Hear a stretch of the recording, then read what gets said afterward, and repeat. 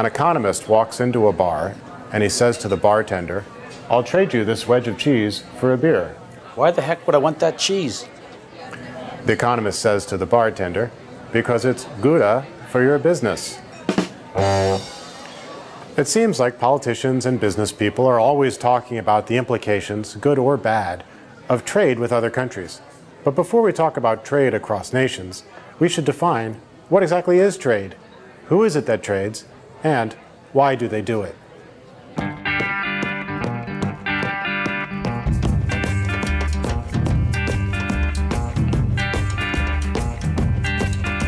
At its essence, trade is a voluntary exchange between two parties.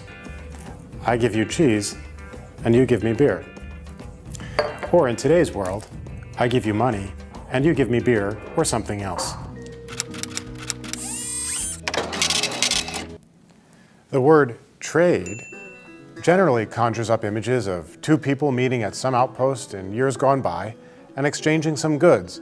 But in our modern economy, every time you purchase something from a person or an establishment, a trade occurs. Oftentimes, what may seem like a simple trade actually involves groups of people and multiple actions.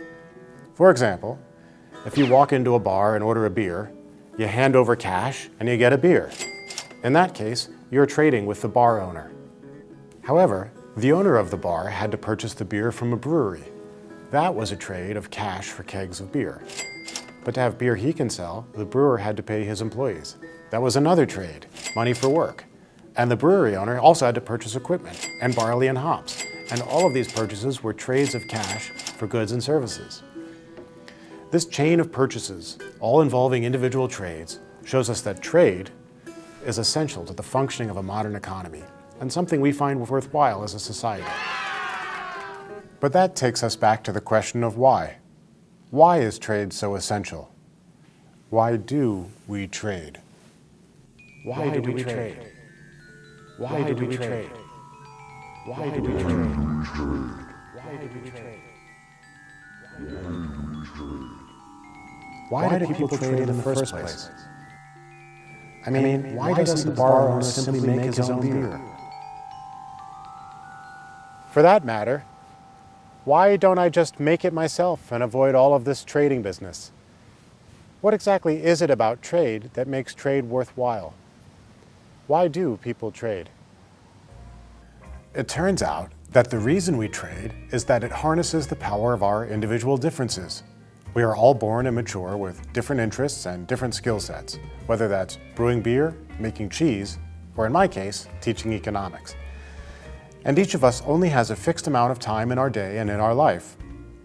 When we combine these two key ideas, that time is scarce and that we are born with differences in skills and interests, it means that each of us faces a set of internal trade-offs as to how we spend our time working at multiple activities. These different trade-offs imply that we maintain different internal prices for different activities. And the fact that we each have different internal prices for different activities will lead to trading opportunities. These trading opportunities, in turn, lead to specialization. The people with relatively low internal prices for doing certain activities will find it advantageous to specialize in those activities. The brewer specializes in making beer. The bar owner specializes in selling it to the public. Someone specializes in making the cheese and other food we enjoy with our beer, and so on. So yes, like Robinson Crusoe, we could each make our own clothes, grow our own food, brew our own beer. But, as we will show, when we all have different skill sets and interests and time is fixed, trade leads to a higher quality of life than we could otherwise achieve if we had to do everything by ourselves.